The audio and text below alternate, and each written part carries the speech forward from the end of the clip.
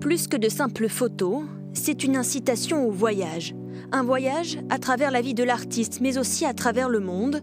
Né en Suède, Engström passe plusieurs années de sa vie à Paris avant de partir s'installer à New York. Autant de destinations, autant de rencontres qui le font s'interroger sur ses origines. Aujourd'hui, ça fait partie de ces questionnements, de se dire quelle identité, qui suis-je réellement. Donc sa volonté, c'est pas forcément une quête personnelle. Je pense que c'est davantage une interrogation sociétale, de dire lorsqu'on a vécu dans plusieurs territoires, où se trouve-t-on en fait ? Et c'est à travers cette multiplicité de clichés du quotidien que le photographe tente d'y répondre, avec un style underground qui ne laisse pas indifférent. C'est impressionnant à la fois ce désordre et ces personnages qui ont des visages toujours très très expressifs et très forts.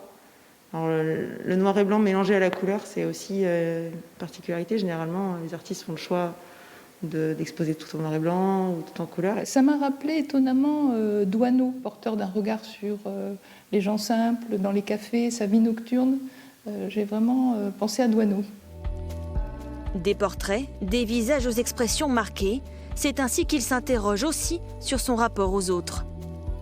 Quelque part, c'est un photographe humaniste qui s'intéresse au monde via les autres, mais finalement, son œuvre est très basée sur sa propre vie. Donc il a une vision de sa propre vie. Avec plus de 400 photos, Correspondance s'impose comme la plus grosse exposition française de l'artiste, à venir voir à la Villa Perrochon jusqu'au 29 août.